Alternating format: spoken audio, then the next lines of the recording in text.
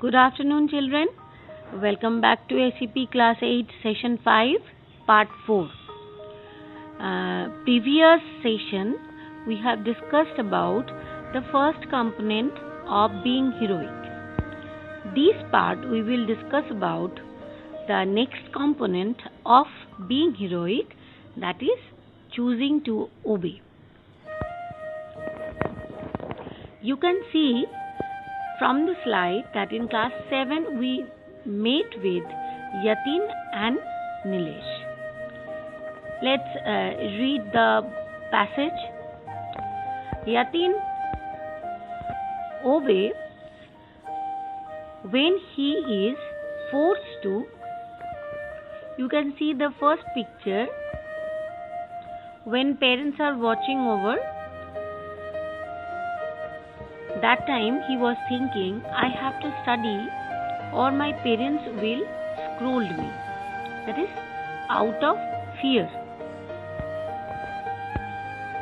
What is the part it has written? Yatin parents have asked him to study for his exam. Next, when parents are away, obviously when the parents are present at home, Yatin is serious and he have to study hard. Why? Because he is having that fear. If he will not study, then his parents will scold him. So, when the parents are away from home, he was, just see the picture. Yeah, I can watch TV all day. Parents will never know how much I have studied or not studied. That means, Yatin, what he is doing, it is not as the part of being heroic. He is not dedicated, he is not honest also. Next part, you can see the next picture. Nilesh freely chooses to obey. How? Nilesh's parents also ask him to study for his exams. When parents are watching over, that time also Nilesh was studying. When parents are away, so there is no fear of scolding by anyone, and that was his decision or dedication that he will study. So he is very, very prominent and very, very surrendered that whatever the commitment he has done to himself, he is going to follow that particular thing. That's why my parents are thinking of my own good. If I want to do well in my exams, I need to study.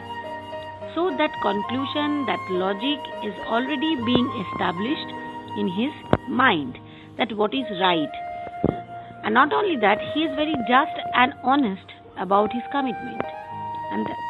And that's why this is the act which we can refer as being heroic.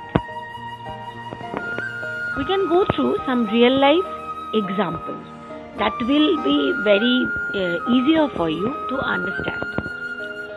Go with the first example, that is Dhyan Chand. Everybody knows about the name of this player. So he is a hockey player. He helped India win the Olympic gold 3 times.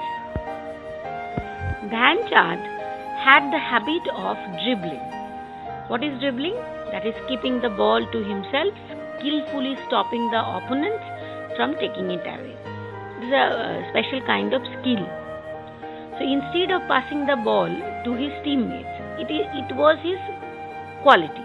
At the same time, he is not passing the ball to the other teammates. The teammates are not getting that chance also. His coach advised him to stop doing this because hockey was a team game. It is not a single player match. That 11 players, they are playing together in the ground. So in his point of view, what he has told, I took a fancy to dribbling. My guru would never allow me to dribble too long. He said that hockey was a team game and I must pass the ball at the correct time. What did the coach ask Dhyanchand to do? Dhyanchand to do, the guru, that means the master or the coach, he advised him, it is not a single player game, it is a team game. So if the player, one particular player is holding up that ball for a long time as if he is very much confident about his skill, though there is a problem to win the match, because rest of the player, they are not getting that opportunity. So the coach has advised or instructed him to stop doing this thing, and that will help the entire team. Whatever the different ways in which Dhyanchand could have reacted, there might be different. Dhyanchand can be very shuttled down with this particular point, or he might be very obsessive about his dribbling. He was obsessive. He was very skillful about this particular dribbling. But his reaction was different. He was very much honest to the match or to the team he is playing for, that is his country. What he has done, go to the next slide, you can get the answer. Dhyanchand, hockey player, he helped India win the Olympic gold 3 times. Different ways in which Dhyanchand would have reacted. What are those? Some example of responses that others have said. Dhyanchand could have got angry and argued with his coach. He could have obeyed resentfully because he had to do what his coach said. And finally, his pride as a star player could have been hurt. He could have ignored his coach's words and continued to do that what he wished. These are the different responses that can be the opinion or the part of point of view of Dhyanchand. But no, Dhyanchand, a hockey player, he helped India win the Olympic gold 3 times. Why? Because Dhyanchand chose to respond by showing faith in the advice of his coach, first of all, and obeying him. Dhyanchand let go of dribbling, which he loved, and learned to become a team player.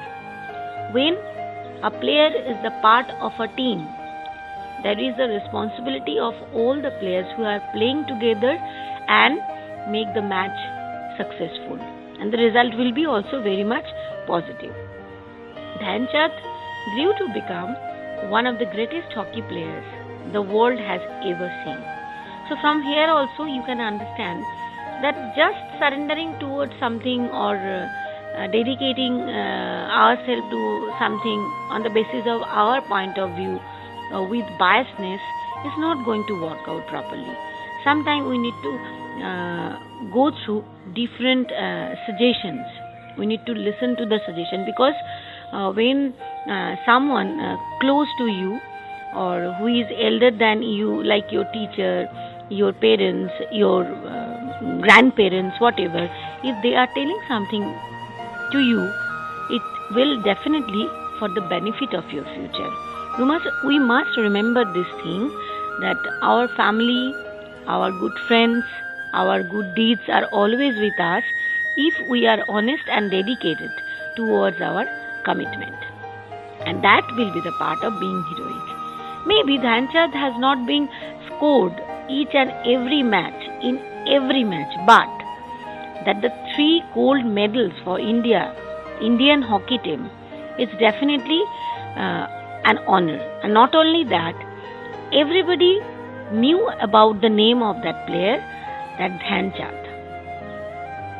So these lessons stood me in good stead.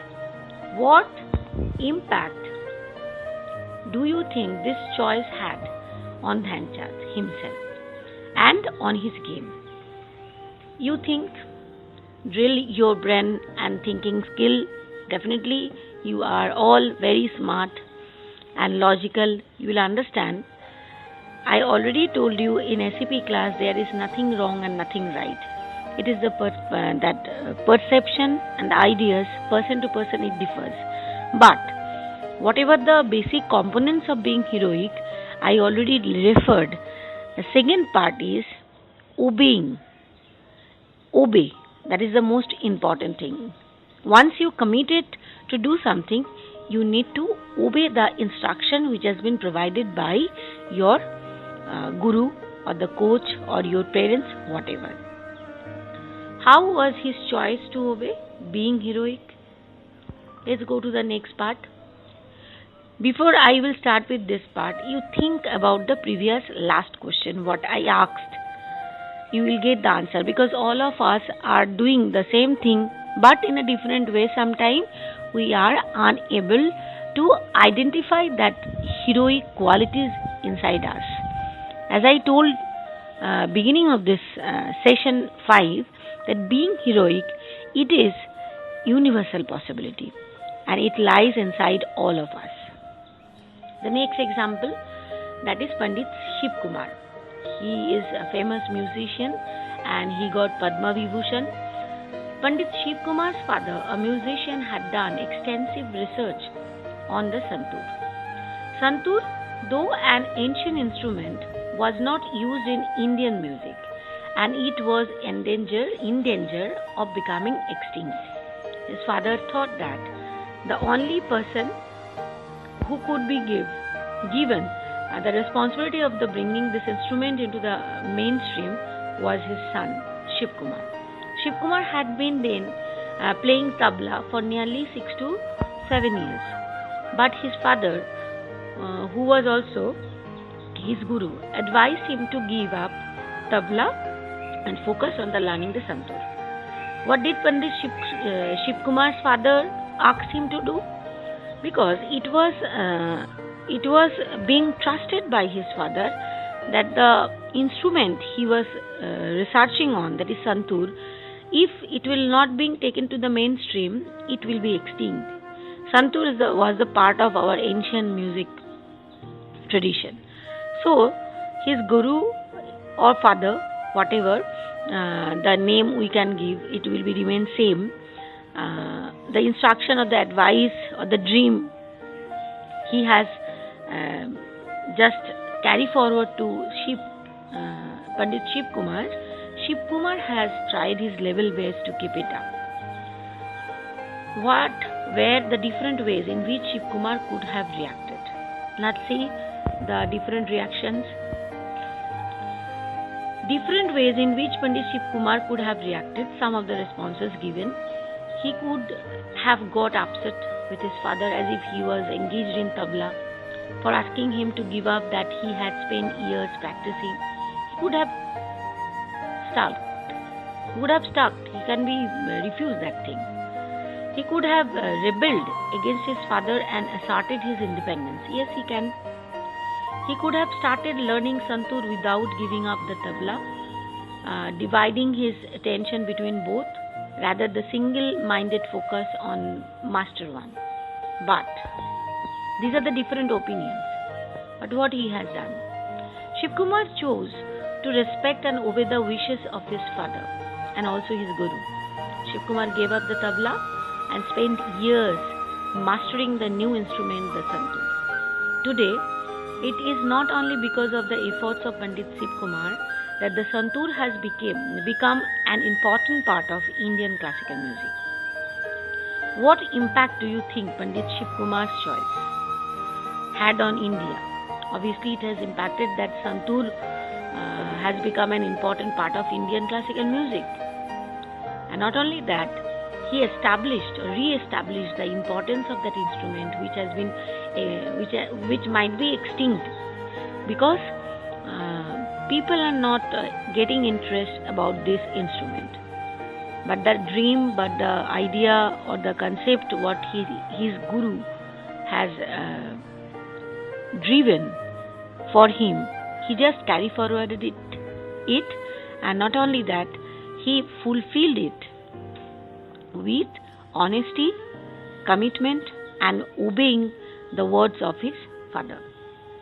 How was his choice to obey being heroic? Obviously, it is a part of the being heroic, because he was having choice, either tabla or santoor, or refused anything. But he concentrated about santoor itself. That means whatever the instruction or the advice or the words was committed towards his father, he has having that faith that he have to fool this thing, and that's the way he has practiced also and mastering on that instrument. Thank you. Before I finish this thing, I will be shortly coming back with the next slide with the conclusion part of this chapter, this particular topic. Until then, stay tuned.